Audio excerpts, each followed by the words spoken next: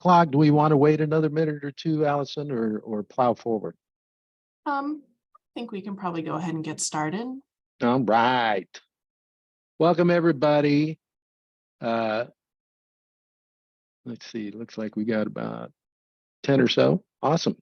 My name is Brad Hennigan. I am the Senior Instructional Designer over here at the Plano campus in the ELC, the e-learning centers. And I'm joined today by the illustrious Dr. Allison Boye, Director for the Center of Teaching and Learning here at Collin College. We are starting a really exciting sort of new approach to some of these webinars, and that's a melding of the ELC and Allison's world. She's been doing some excellent webinars over the last couple of years, and sometimes our expertise in actually using the tools on a daily basis we felt would add to these webinars. So that's kind of why we decided to get together and do this. So our process for today is Allison is going to talk to you a bit about rubrics, the why, and the value of them. And then I'm going to do some hands-on showing you how things work. So I'm going to turn it over to Allison, and away we go. All right. Thanks, Brad. That was a very nice introduction. Here are, just to give you a sense of where we're going today, Brad's already outlined it, but here are the session objectives that we have for today. I'll spend a little bit of time discussing with you what rubrics are, their specific components, and like Brad said, why we should use them. What are the benefits and advantages of using rubrics? And then I'll turn it over to him, and Brad will use his expertise and show us how to design and edit a rubric in Canvas and complete grading utilizing rubrics in Canvas. So with that, I want to start with a question for all of you. And I want to ask, how do you define or describe a rubric? When you think about a rubric, what do you think about? What does it mean to you? And you can just pop your answers into the chat. Where's the chat? Any thoughts? A grading tool, absolutely. One of the best. Meeting minimum requirements. Yeah, Carrie. Any other thoughts? Yeah, criteria for evaluations, absolutely. Really, really important part of rubric. Yeah, Debbie, that's a great way to look at it. It lets students know what to do. I think that, besides helping us as instructors, it's absolutely beneficial to students as well. It's one reason I love them so much. Yeah, Kristen, you're spot on. Helps keep the grading more objective. Mm-hmm. Absolutely an important quality of rubrics. So rubrics are most commonly defined in the most basic sense as documents or assessment tools that articulate assignment expectations, right? So all of the things that you all just put into the chat is kind of dances around the idea of a rubric. But I when I talk about rubrics, I like to start by thinking about what it's not. And a rubric is not a checklist. And the reason I like to start here is because a lot of people will confuse checklists with rubrics, and a rubric is a little bit more specific than that, okay? A checklist only lists desired components of an assigned task, rather than communicating the learning that it's designed to represent and evaluate. So a checklist doesn't include scoring, it doesn't include values, it doesn't include descriptions of a good response to the assignment.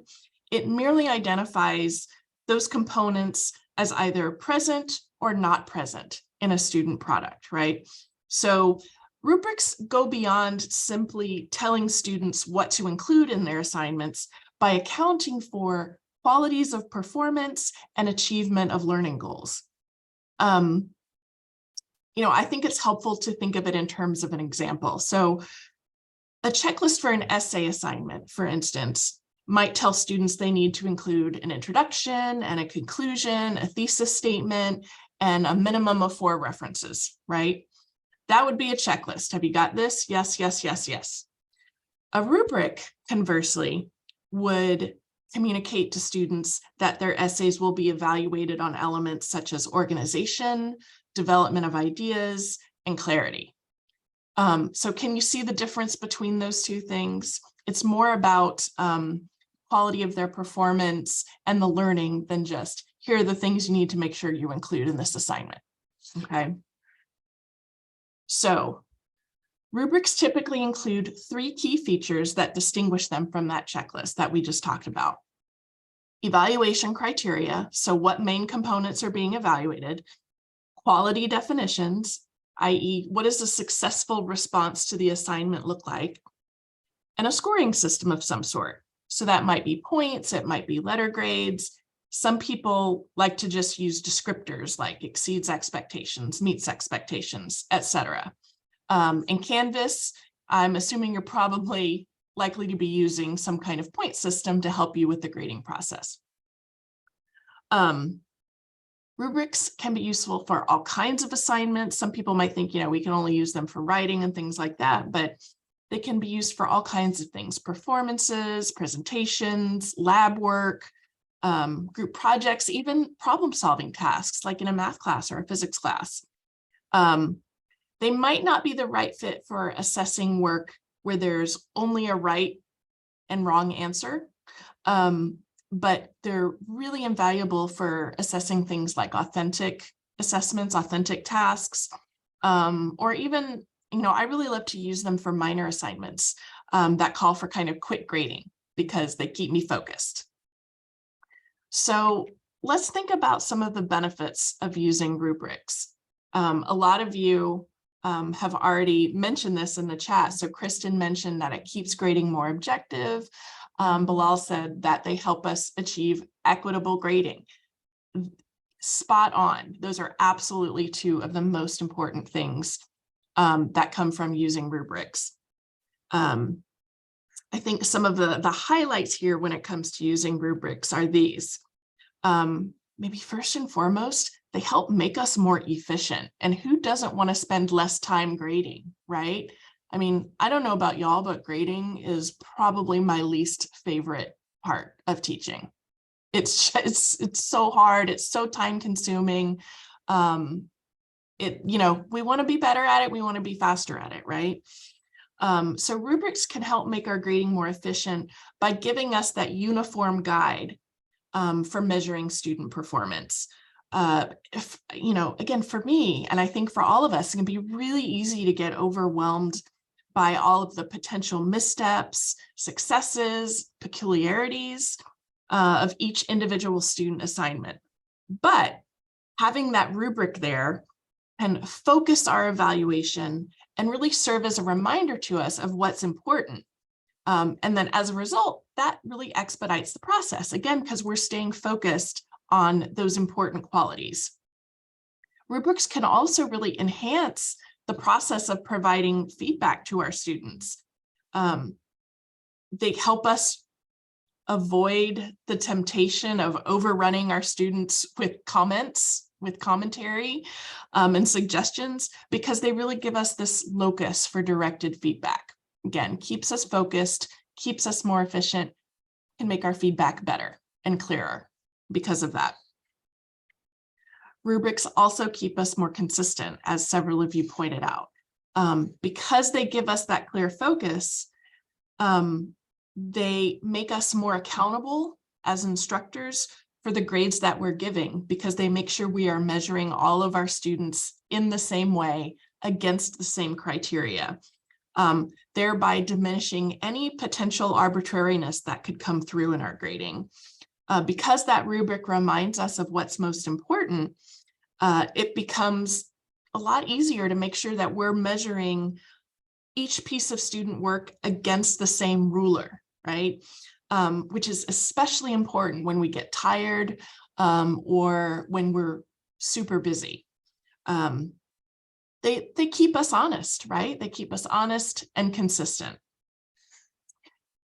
And then they also are really helpful, not only for us, but also for our students, because they require us to articulate those criteria and performance levels.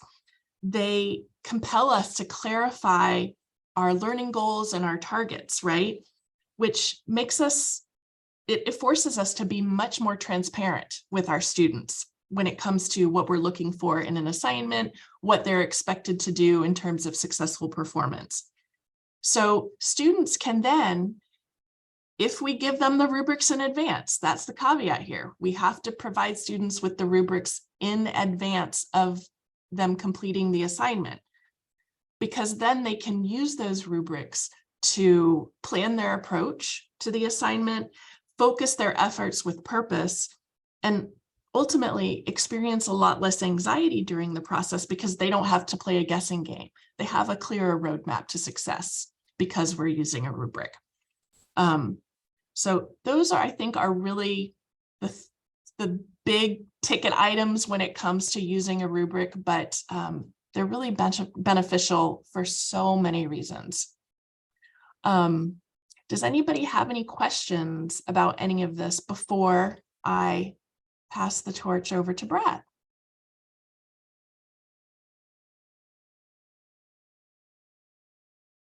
Okay, so Brad, I'll stop sharing my screen so that you can share yours.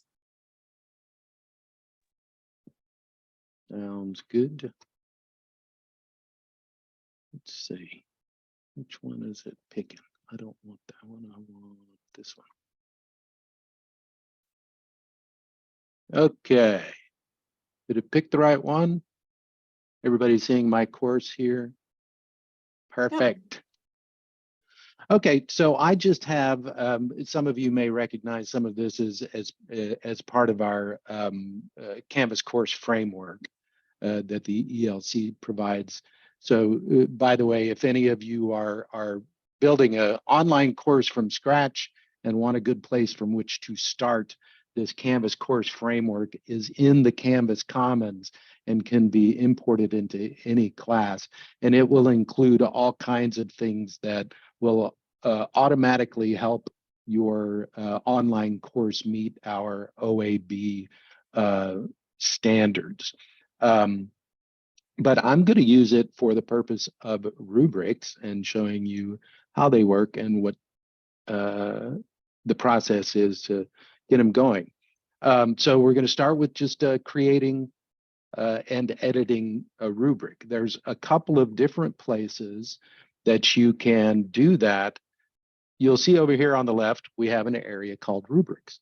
If you don't see this in your course, then if you just go to settings and then navigation, it's one of the options that you can enable for you to see over here on the left.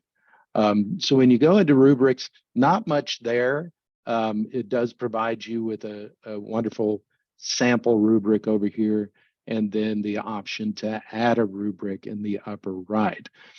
If you click into a rubric that exists here and over on the right, you'll have the option to edit that rubric or delete that rubric.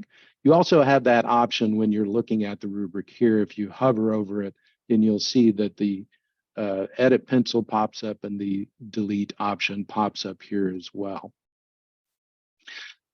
So rubrics is one place where you can create a rubric. You can also edit your rubrics here, and you can also see all rubrics once you've got them created that you've added to a course. They would be listed here in the rubrics area. I'm not going to build and edit one here because I want to show you a different place where you can do that. And that is on any assignment or discussion or quiz, and rubrics aren't particularly common for quizzes. They may be good if you have a like a essay quiz or something of that nature, where you can give specific criteria and what you're expecting in the essays. But you can actually build a rubric in any of these. So if I go into our sample assignment here, with assignments particularly, and this only applies to assignments, the plus rubric option will always appear right down here in the lower left corner. So to add a rubric or create a rubric for this assignment, you just click that plus rubric, and you get that same sort of interface that we saw over in the rubrics area.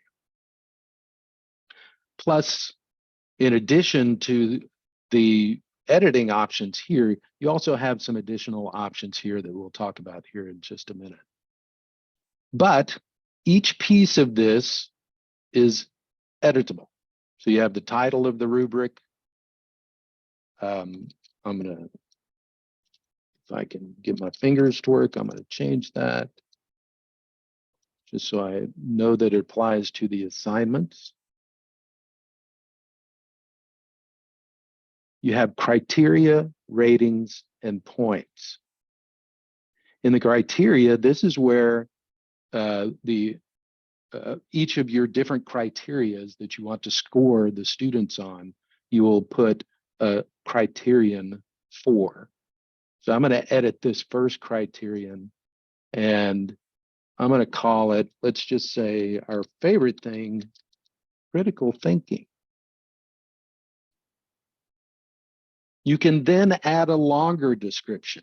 And this is particularly useful for your students if you want to communicate, okay, what is critical thinking? What does it mean? This is not necessarily where you're saying this number of points is going to, or this level of success with this criterion is going to give you this number of points. You'll do that in the ratings. But here you can say critical thinking means this, or something of that nature. I'm just going to say that it's very important.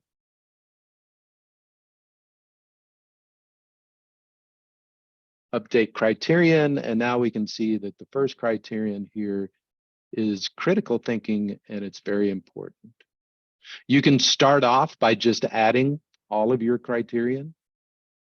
You can either create a new, when you click the plus criterion button here, it's going to give you the option to create a new one, or you can choose from one that already exists. And it will duplicate that one. So this is very, very helpful once you get your rating set up, because once you get your rating set up, when you duplicate one that exists, the ratings will duplicate as well. So if you're going to use the same set of ratings all the way down, which is fairly typical, then you can get your first one created and then duplicate moving forward. So I'm going to hold off on that next criterion.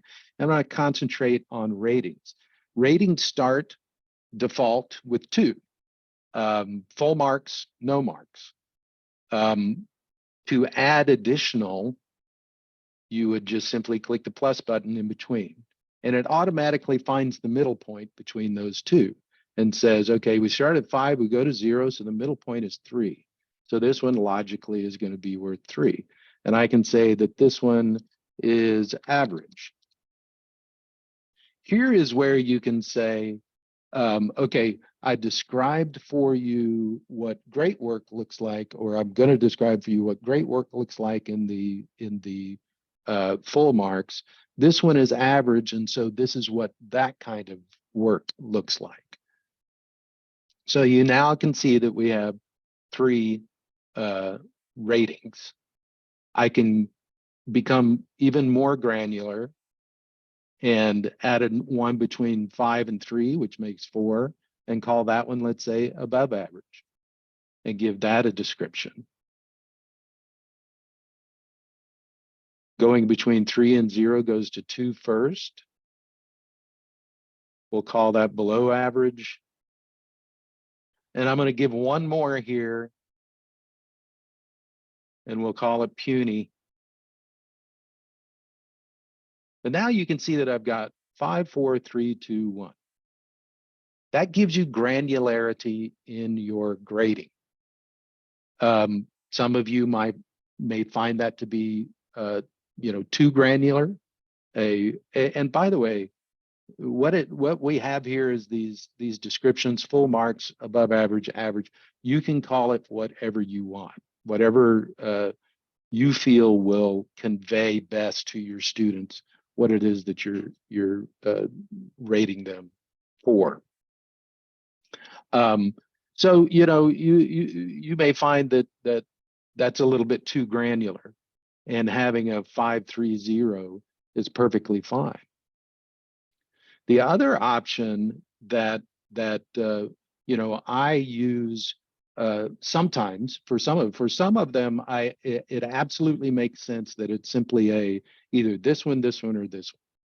But sometimes I like to use a range, which is this little button right here. When you turn on the range, then you'll notice that this one changes from 5 to 3 or greater than 3, from 3 to greater than 0, and then this one remains at 0. And that, when you go to use this rubric to grade in the speed grader, that's where if you have a range, then you have to put manually what your point value is. So if you choose this, it's not automatically going to put a point value over here. And I'm talking about the grading side of it. You have to manually say, okay, I'm choosing range because I want to put 4 in here, or 5 in here, or 4.5 or 3.5, and that sort of thing. And it will allow you to do those for 3 point something or whatever. So I find the range on some things to be very valuable. So now that I have that one built, I can come over here and add a new criterion and call it, and I'm going to duplicate the critical thinking, but I'm going to call this one grammar and spelling. Also, very important, as you can see, because I misspelled important. Update that. And so it's an exact duplicate of this up here, except it's called grammar and spelling. Maybe this one I don't want the range on. Now I only have 2 criterion. I always build every assignment in my class, and everybody does this differently. But me personally, everything is worth 100 points. And I adjust the weight of assignments according to by using a percentage-based grading system. So this doesn't add up to 100 points. So I need to come in here and adjust my points. 5 to 3 would become 50. And when I click out of this to greater than 30, and then it automatically adjusts everything else from that point forward. So when I edit this one and do the same thing, 50, oh, didn't adjust the other ones, 30. So now I have 50 and 50, my total points are worth 100. Any questions so far? Okay. Down here. I have a question. Yes, ma'am. Can you, when you do ranges, do you find though that leaves it up to, It's more subjective. yeah. So, Absolutely. I mean, and so how do you explain that to the student when, like, say you give a 40, Right. would you give clear marks in there? So why you give a 40, or would you do that in just in comments? So there's an option here. I'll write free-form comments when assessing students. Mm-hmm. And when you check that, it actually takes away the keeps the point value, but it takes away. So if you just had two ratings, Mm-hmm. 50 and 0, and you have to have at least two, right? So it's always going to, give you a 0. But if you were just saying it's going to be a range somewhere within this, right? Mm-hmm. That 50 points, then you can leave very specific comments by using the I'll write freeform comments when assessing students, rather than a comment that is pre-written Mm-hmm. here, rating description. What I have found personally is that, first of all, when you use the rubrics in the speed grader, it will give you the option of leaving individual comments within the rating, Right, or within the criterion, not within the rating, but within the criterion. So right. you can either use those that comment area, or you can use, and I most frequently use the comment area over on the right-hand side. And the reason that I do that is that while I would love to believe that my students are going to look at the rubric and see what I may have said regarding each thing, what I really feel actually happens more frequently is that they will read the comments that I put over on the right.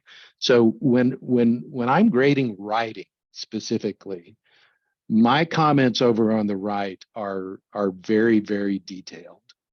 And so that's where I will say, in the grammar and spelling, you almost got up to that 50-point level, but I put you at 40, and here's why, these specific things. So that's the way that I approach it. Mm-hmm. I find with some things, trying to divide the rubric into more detailed ratings is because the nuance can be difficult to describe, the difference Mm-hmm. between here and here, because it's not exactly the same for each student. Right. One student's nuance may be based on X when there's X, Y, and Z factors. Another student's nuance may be based on Z. So I can say that over in the other comments and just make Yeah. it a range. Yeah, it's kind of like this, one student gives you just exactly what the check marks are, and then the other one goes above and beyond. So, I mean, just Yeah. because someone meets the criteria, maybe they don't deserve a 50 because you had someone over here who went above and beyond the 50. Yeah. Or above and beyond 40 or something, Okay. Yeah. All right. Thank you. Sure. So yeah, anybody else have a question? So yeah, these optional things that you have over here, I'll write freeform comments, remove the points from the rubric. If you have an assignment that actually does not have a grade, but you do want students to do it, you do want students to get feedback on it, you can add a rubric without points. One thing that I didn't talk about here is find outcome. Outcomes are measurements of learning mastery. They're typically used extensively by K through 12 because Canvas has created the coding in the back end that will allow outcomes to be automatically linked to state databases, so that the measurement of how students are doing in K through 12 can be really quite easily taken care of. An outcome, and they're over here on the left. I don't know if I have them, but yeah, outcomes right here. They're the same as a rubric. If you find an outcome, It's the same thing as going to find a rubric, and we'll go find a rubric here in a minute, but it will look exactly the same. It just applies then to the Learning Mastery gradebook. And that's automatic. We do have some departments here that use the Learning Mastery gradebook. I think ESL has some state requirements that they've created a Learning Mastery gradebook to route that information to the state. If you use an outcome, it will automatically post the outcome results to the Learning Mastery gradebook unless you check the box that says don't. If you're not using an outcome, you don't have to worry about that at all. If you're going to use the rubric in grading, then you got to check that box. Freddie, your situation that you were talking about before we got started, it's entirely possible, and I really haven't experimented with this, but when you find a rubric, it may default these back to unchecked, and you need to manually go in and recheck that, use this rubric for grading. It'll still show you the rubric in the speed grader, but it may not, that may be the thing that causes it to fill the actual grade, if that makes sense. But we'll experiment with that here in a minute. But once you have made your choices here, once you've created your criteria, you've created your ratings, you made sure your point value is what you want it to be, made your options, you just create the rubric. And then that rubric is attached to that assignment. In student view, that rubric is attached to the assignment. So again, now I didn't do a very good job here because I didn't tell them any, detail about what it is that I'm looking for. But on an assignment, it's very easy for students to see the rubric that you have created for this assignment. It's not so easy on other things like discussions, and I'll show you that here in just a second. So I'm going to leave student view, and let's just go ahead. Oh, one thing that I wanted to show you is that I created this on this assignment, but if I come back over here into the rubrics area, my assignment rubric is now existing in the rubrics area. And I can come in here and edit it and so forth. So let's look at discussions real quick.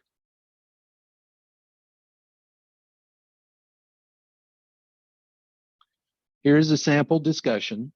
Now, any of you who have been here, since we switched over to Canvas, you know then that the discussion interface has changed. By the way, the change in the discussion interface is currently what Canvas calls a feature option, which means that if you come over here to settings and go to feature options up top, you can turn that off and put it back to the way discussions used to look. I kind of like the new discussions redesign, so I'm going to keep it the way it is. But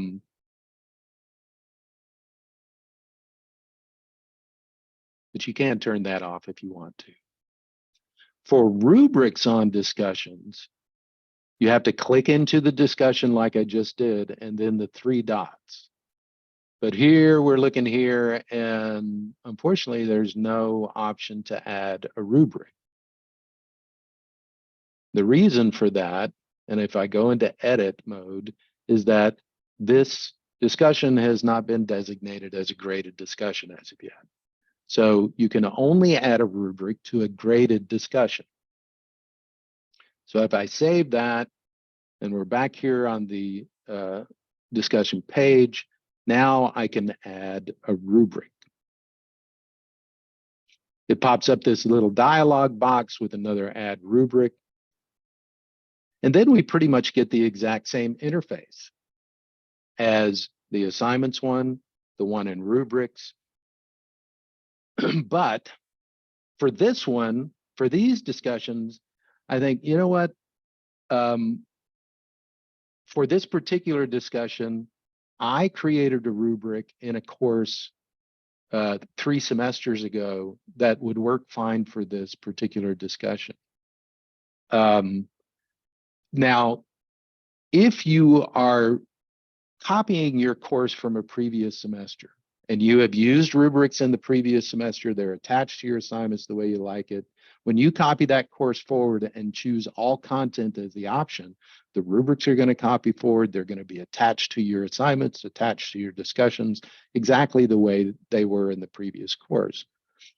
But that doesn't prevent you from going in and either changing the rubric that's attached or finding a different rubric. And that find rubric option is what's up here in the upper right. So find rubric is really cool. And this is one of the aspects of rubrics that Canvas has mightily improved on over the last couple of years.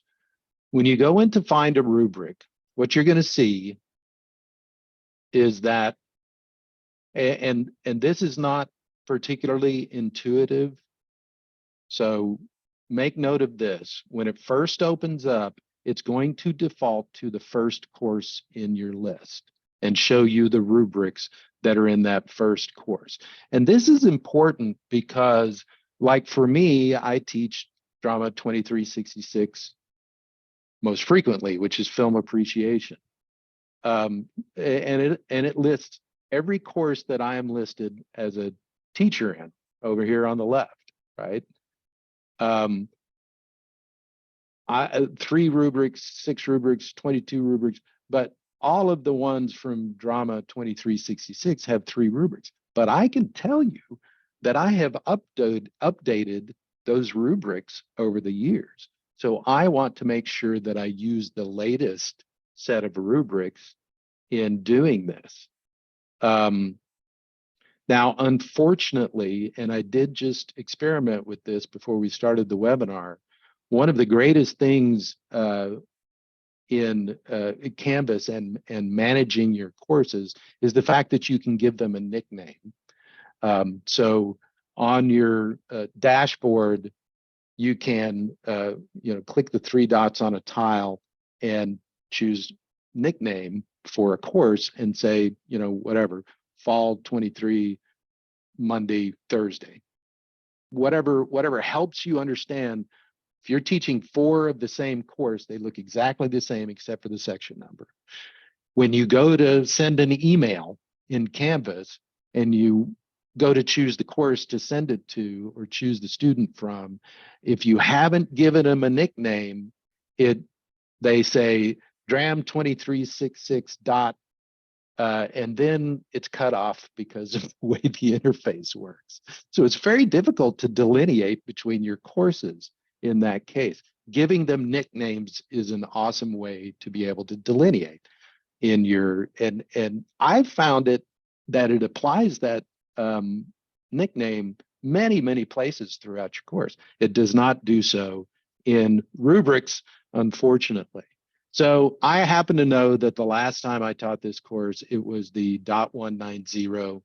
So I'm going to click on that one and I'm going to choose this rubric and I'm going to use this rubric.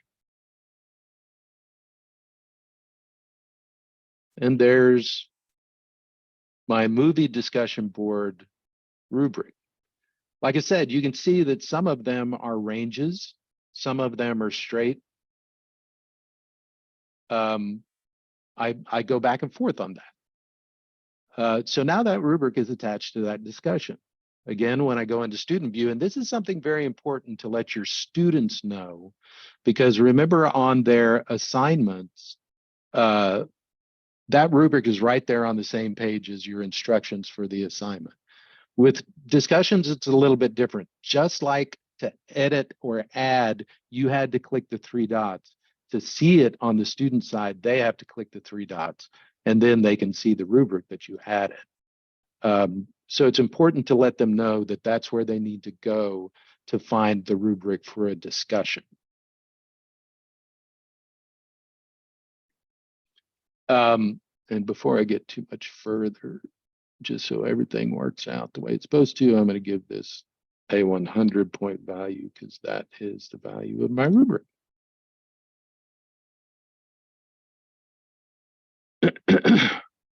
Any questions about the find rubric? Here's one thing, and I know I just asked for questions and then plowed straight forward. I apologize. But one of the things that Canvas improved on was whenever you did find rubric and used a rubric from another course, for a number of years up until I think about a year ago, Canvas would not bring in a copy of that rubric to the current course. It would simply link back to the old rubric in the old course. And typically it would work perfectly fine until you started copying your course forward into a new course. And sometimes that back-end code that would say, okay, the students in this new course need to be allowed to access that rubric from the old course 4 semesters ago would get buggy. And so students would say, I can't see any rubric. And I'm like, it's right there. I can see it. So now, if we come over here to rubrics, I did find rubric and I pulled it from a course that was taught in the spring of 2021, which was the last time I taught that course. Now you can see it makes a copy of that rubric and brings it into the current course, which is really great. It really just puts an end to any of those linkage problems that can happen. So now I'm going to show you a few things that you need to be aware of in using your rubrics. So I have sample assignment and sample assignment 2. I'm going to use the same rubric for both of them. So when I come into sample assignment 2, I do plus rubric. I don't need to create a new one. I want to use a current one. So I find a rubric. Right now I'm in my sandbox number 1. So in the left-hand panel, I find sandbox number 1. Here's the list of rubrics. There's the assignment rubric that we created for assignments. I click on it and I use this rubric. Yay, I've got the same rubric on 2 assignments. Now, the important thing here is that when you have a rubric on more than one assignment, if you go to edit it, and it doesn't matter whether you're here in the assignment page or if I go over to rubrics and try, you see when I hover, the edit option is not there. If I'm in the assignment itself, oh, no, wrong one. Well, it doesn't matter. The edit option is there, but when I click it, it's going to say, you can't edit this rubric. It's either because you don't have permission or it's being used in more than one place. So Canvas wants to dissuade you from editing rubrics that are used on multiple assignments. And there's logic behind that, most definitely. What it says to you here is that any changes you make will result in a new rubric based on the old rubric. So if I say okay, then it's going to make a copy of the rubric that I used and append it with a 1. And that will be the one that I have made changes to. So what are the lessons learned here? A couple of things. Try your best. And I know that it doesn't always work out this way, but try your best to make sure that your rubric is exactly the way you want it before you put it on multiple assignments. Because if you have to go back and edit it, it gets to be a pain. Canvas never used to pop up that little thing that says you can't edit this. If you do, it's just going to create a copy. It wouldn't create a copy. It simply would not let you edit a rubric that was on multiple assignments. So if you wanted to edit it, you had to go and remove it from any other assignment besides one. Now, for me, I had 12 discussion boards, 12 movies that we watched, 12 discussion boards, and I had put that rubric on every one of those 12 discussion boards. And then I realized I made a mistake on the rubric and I needed to go back and edit it. And that's how I found out that Canvas does not let you edit rubrics on multiple assignments. And I had to take it off of 11 of those assignments, go in and edit it and add it back on. So it's a pain. And it's ultimately the same thing. It will now let you create a copy and edit that copy, but then you would need to go back and put the copy, take the old one off and put the new one on. So ultimately, the best option there is to simply make sure that your rubric, as best as you possibly can, is ready to go before you put it on multiple assignments. And that applies anywhere that you have rubrics, assignments, discussions, quizzes. Like I said, you can add a rubric to a quiz.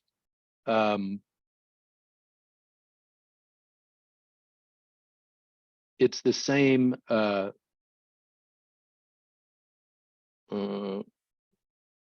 process.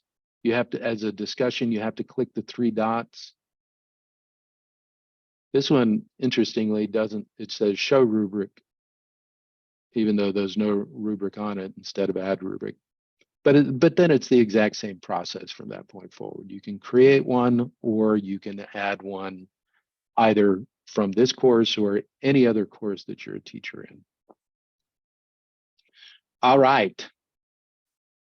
So any questions on all of that?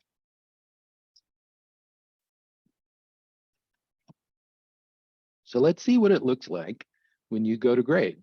I decided to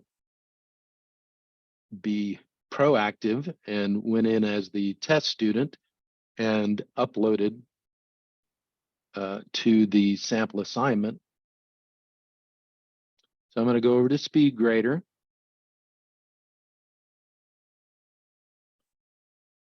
Any of you who have taken my APP QMR QM workshop will recognize this lovely checklist.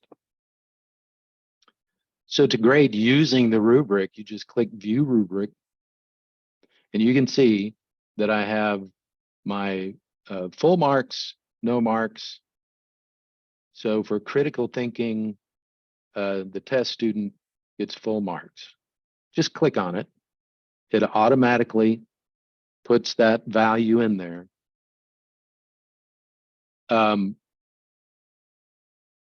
It's going to automatically put the full value in there, even though this is a range. And we can tell that it's a range because it's 50 or greater than 0 or 2 greater than 0. So I can change that and say 30. Now, when I say 30, even though it's a range, it does change it to a red indicator as opposed to the green. The green will only be there if you choose to give them the full mark value, even in a range. So with grammar and spelling, my grammar and spelling is average. And when I click save, you can see that my 80 points has popped up into here. And this is, like I was saying to Debbie, this is where I would get really detailed on my notes. Of course, you can also, even though you're using a rubric, you can also use the Canvas annotation and do your commenting directly on the document itself. And there's various ways that you can do that. You can put a text box in, right on the document and so forth. You can draw, and then put a comment on the drawing. Whoops, I clicked the cancel. Put a comment on the drawing and so forth. So there's several different ways that you can do it. I sometimes feel this can be busy. You also don't have this option when it's a discussion. You don't have annotation tools when it's a discussion. So if it's a discussion, then you have to use the one on the right. Now, it's not popping up the option for me to leave comments. You know, that may be some custom coding that we don't have. I know it's available on the QM courses. Now, real quick, I want to test out that issue that you were having, Freddie. So I'm going to go back to the assignment, and I'm going to edit my rubric, cancel. See, here we are, the exact situation that so I'm going to take it off this one. And I'm going to go over to rubrics. Now I can't do it from there. See, this is where it just gets wonky. I'm going to take it off both of my sample assignments.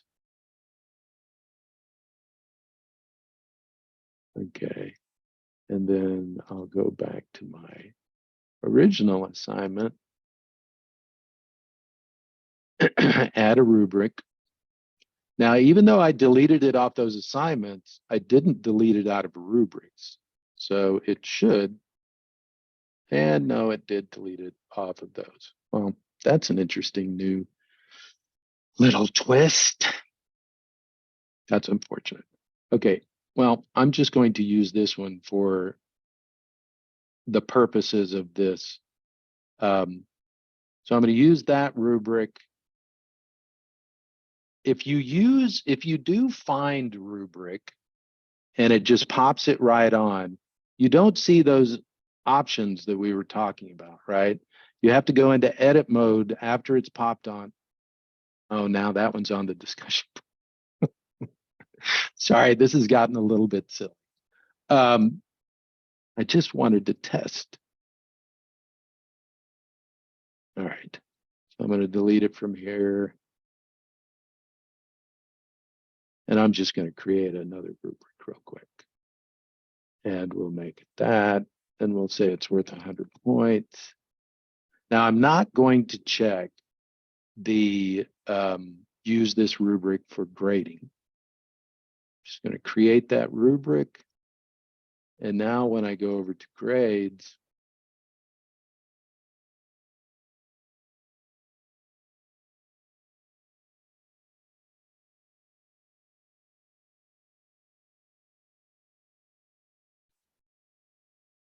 yeah, it didn't update it. It shows that I changed it to 100, but it didn't update it up here. So I really think that's the issue, Freddie, is that when you do find a rubric, after you've found the rubric that you want to use, then you need to go into edit mode on that rubric on the assignment itself and tell it, use this rubric for grading. Now, if I go over to grades, it should, when I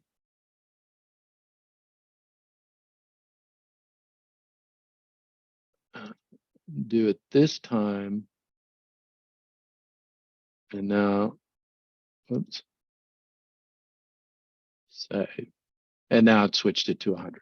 So yeah, that's the issue with it not populating in the actual grade area. Does that make sense? I follow you. I'll try that and see what it is, because yes, I move rubric from course to course, and Right. And when I attach it, yeah, it does not automatically populate the points into the grading. Yeah. So when you attach it, while you're still in the assignment there, go into edit mode on the rubric and choose that option to use it for grading. And that should fix the problem. Okay, I'll try that. Thanks, Brad. Awesome. Any questions in all of that? We could probably talk for a while longer about rubrics, but we are coming up on the end of our time. There are a couple of questions in the chat, Brad, that you might be able to look. address. One from Marta about a rubric depot and one from Tara. Is there a rubric depot in Canvas? Not to my knowledge. The rubrics that you can see when you are when you are finding a rubric, like when you're on an assignment and you're finding a rubric, the rubrics that you see are going to be courses that you are listed as teacher in. So if you have a colleague and they have a rubric, they can add you to their course as a teacher, and then it would appear in your list over here. Or they can export their course, and then you could import and do select specific content and only choose the rubric. Or if they've added you as a teacher, you can do a course copy and do select specific content and only choose the rubric. But no, there isn't any centralized rubric depot, unfortunately, that I know of.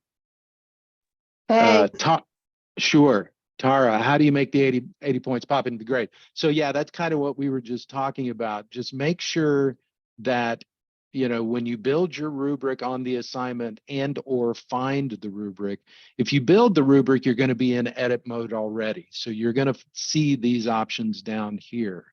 If you do find a rubric, when you choose the rubric, it will just pop it in there and it won't show you those options. So you need to go into edit mode and make sure you've checked the box that says use this rubric for assignment grading. By checking that box, if you don't check that box like we just saw, you can still use the rubric and check the little ratings, and it will add it all up for you. It just won't put it in the actual grade. You have to have this checkbox checked in order for it to put the actual grade up in the box.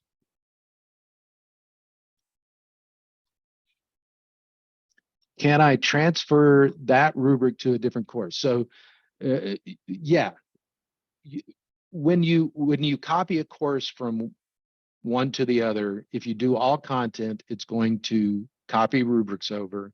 If they're attached to assignments or discussions, it's going to keep that attachment. If you just want a rubric, then you can do a course copy, choose select specific content instead of all content. And when you go to select your content, one of the options will be rubrics. You click the little arrow to the left of it so it opens up all the rubrics and you choose the one that you want.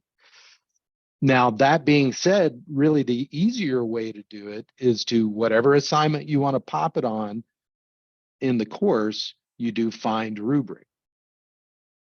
And then you find the course that you want to pull the rubric from, whichever one it may be, choose it, and then scroll down and use this rubric. And with the update to rubrics, it will not only put it on that assignment, but it will actually make a copy of it that comes over here into rubrics as well. So it's its own new copy right there in that course.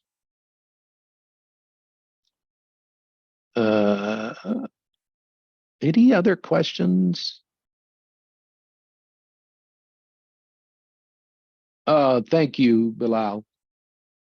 That's awesome. All right. Last words, Allison? No, just thanks everybody for being here today. And we will post the recording of this session probably within the next week or so, if you want to revisit anything. Awesome. Thanks, everyone. I really appreciate you joining us. Bye. Bye, everyone. Thank you. Thanks, Allison. Thank you, Brad. See ya.